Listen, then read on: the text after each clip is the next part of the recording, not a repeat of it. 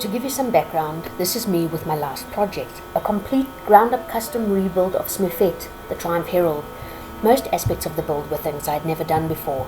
That included carpets, upholstery, 2K paint job, custom dash and console, and all the wiring that went with it.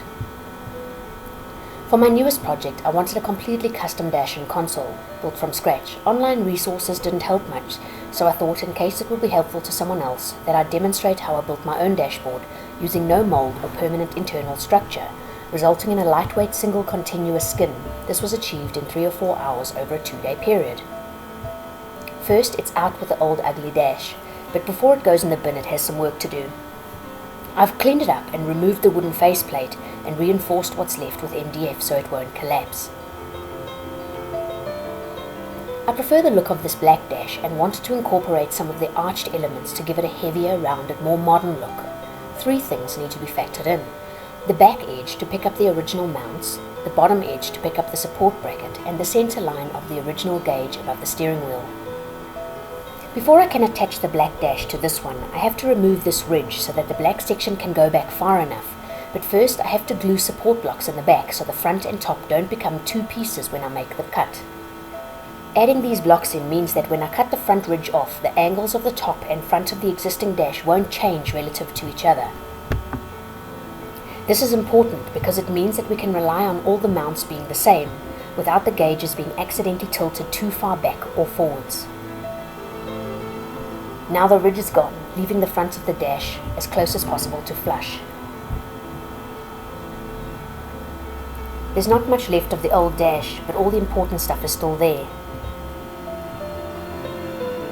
Here I've lined up the new piece of dashboard with the old center line of the steering wheel on the old dash. To complete the profile, I added the white rounded frame along with some sections of wood on the bottom to beef up the dash and give it a fuller, heavier look. This gives you some idea of where it's headed. Now to tidy up the joints between the black dash section and my white wooden cutout. For this it's a good idea to use something cheap, quick drying and easy to sand like polyfiller. Remember, this will all end up in the trash. For bigger areas I used cardboard attached with paper tape. I covered the very big areas with cardboard as well because even though I intend to stretch fabric over them, the fabric tends to dip in over a large area, making it necessary to use heaps of filler on the outside of your project to get it flat again. Everything you see here will be thrown away and it didn't cost anything. I just used bits and pieces that were lying around my workshop. Now for the fun part. Using a can of spray adhesive, cover the entire surface with foil, rubbing until all the wrinkles are compressed and the surface is smooth. You'll need t-shirt fabric for the next step. No joints allowed, so it has to be one continuous piece. Unless you're building a dashboard for a spaceship, 2 yards or meters will be enough. Now I've stretched the fabric tightly, securing it at the back. The MDF plugs that you saw in the last pic have now been covered with foil so that they won't stick to the resin. First I painted the resin on the fabric where the plugs were to be inserted. Then I screwed the plugs down to the original dash that's under there. Then I straightened out any wrinkles and quickly painted the rest of the fabric with resin before my mix cured. An important note, don't use more than 1% catalyst with your resin mix because it'll dry while you're messing around with the plugs and readjusting the fabric. Also, don't mix more resin than you can apply in a hurry. I mixed about 400 ml for my first application. And lastly, don't make a big old mess. This pink layer is your outer layer, so any sloppy drips and runs will need to be sanded off later, and that's work. And you don't want the resin pooling on top of your plugs because it will trap them in there. Now back to the pink thing. Once your first layer of resin is dry, undo the screws, leaving them lodged in the plugs, and use the screws as handles to gently wiggle the plugs loose.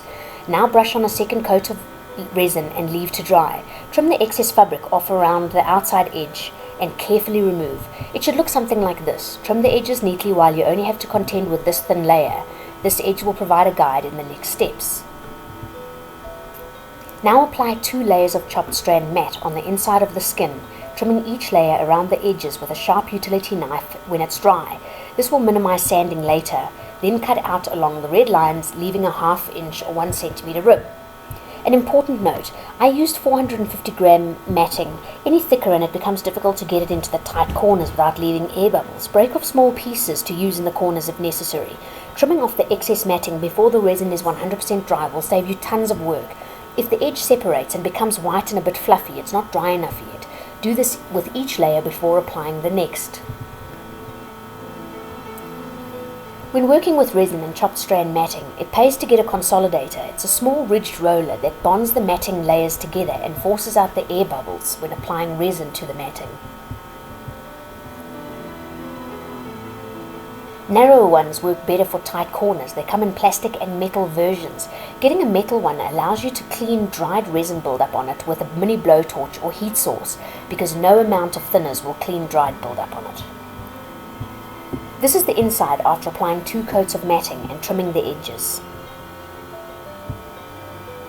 This is the outside after doing minimal filling and sanding. This makes a very strong solid base, and now I can go about adding any extra features by making cutouts using the same t-shirt principle to build up the cutouts and then reinsert them into the dash in exactly the same way as what an entry-level car has blank panels in the dash for switches that could potentially be added later.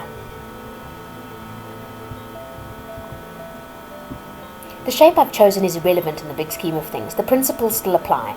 Even if you have a very complicated dash design, you simply build separate sections and assemble them afterwards, just like is done in a modern dash. It pays to know beforehand how you intend finishing your project. I knew from the start that I wanted to cover mine in leather. I can manage a few nice French seams, but I didn't want to push my luck with a very complex design. Like I said, I can cover any additional features separately and reinsert them.